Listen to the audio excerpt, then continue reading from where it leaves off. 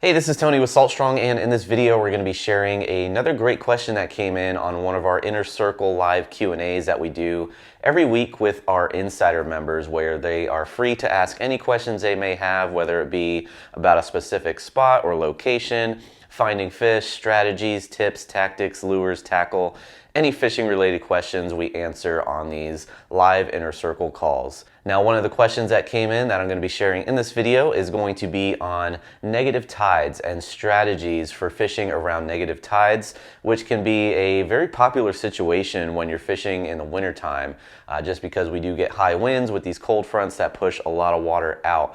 So Luke and Wyatt are going to be giving some great tips on negative tides in this video. So let's check it out. Next question from Mike. What's the best? That's a great question. What's the best time to fish the negative tides we get here in Florida in the winter? Incoming versus outgoing. Can the flats be fished? So I used to hate the negative tides. I used to be a total high tide guy, and now it's kind of flip flop. Now I love negative tides. This is literally our chance to have fish in a barrel opportunities, and also for those of us like with bigger, like the bay boat. That's when I'm doing my sight fishing for redfish. That's the only time I can do it out of the 24-foot bay boat, because normally those fish are pushed up in the shallows that I just can't get to. And at the super low negative tides, I target the big flats, the bigger the better. And I target right on the outside where all those fish that are up there in the flats, normally they literally have nowhere else to go except to get trapped. Some of them do get trapped, and you can have some really cool days by like, I know why you had a really cool report up in the Carolinas where these fish were just trapped in a hole, fish in a barrel opportunity. But the same thing holds true on the deeper side of the flats as well, like on the side that's touching the bay or harbor or whatever body of water you're fishing, is that those fish have to go somewhere. In many cases, they prefer not to get trapped, and so they'll be on the outside edge. And so now you can actually access it with the bigger boat. And whether it's coming in or going out, it doesn't really bother me. I don't care so much. Probably the incoming might have a slight advantage, because those fish are a little bit less worried about getting stuck, so they're starting to push up and get a little bit happier. But either way is good, and it's now like literally my favorite time to fish, where before I used to hate it, and no telling how many good opportunities of catching fish I missed because I did not target those negatives. You just have to be careful navigating. If you're in a boat, just be extra careful.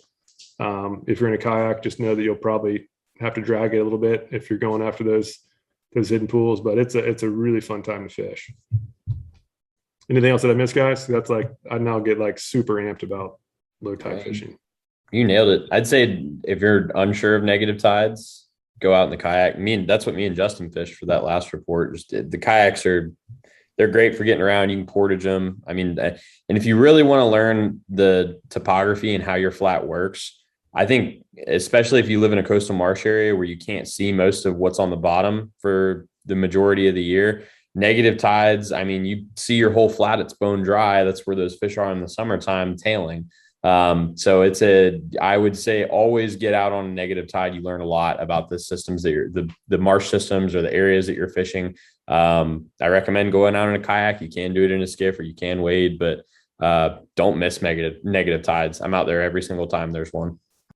So again, this is just one question pulled from these Inner Circle calls. We get anywhere from 40, 50, sometimes 60 questions that get answered during the calls. Again, it's for our insider members only. So if you're not one of our insider members, definitely check it out at saltstrong.com. And if you're new to Salt Strong, just know that we're the best online fishing club in America, especially if you're targeting redfish, sea trout, snook, or flounder. There's nothing else like it, because we actually guarantee that you'll start catching more inshore fish while saving time and money. We do this through premium education, our exclusive insider fishing community, and huge discounts on the best tackle for saltwater anglers. To learn more, go to saltstrong.com. Otherwise, we hope to see you again soon.